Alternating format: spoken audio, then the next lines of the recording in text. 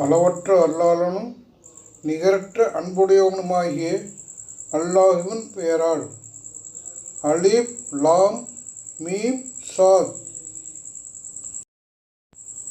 இது வேதம் நம்பிக்கை கொண்டோருக்கு அறிவுரையாகவும் இதன் மூலம் முகமதே நீ எச்சரிப்பதற்காகவும் உமக்கு இது அருளப்பட்டது.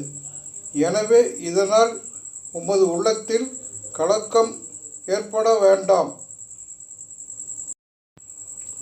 உங்கள் இறைவனிடமிருந்து உங்களுக்கு அருளப்பட்டதையே பின்பற்றுங்கள். அவனை விடுத்து மற்றவர்களை பொறுப்பாளர்களாக்கி பின்பற்றாதீர்கள். குறைவாகவே படிப்பினை பெறுகிறீர்கள். எத்தனையோ ஊர்களை அழித்திருக்கிறோம்.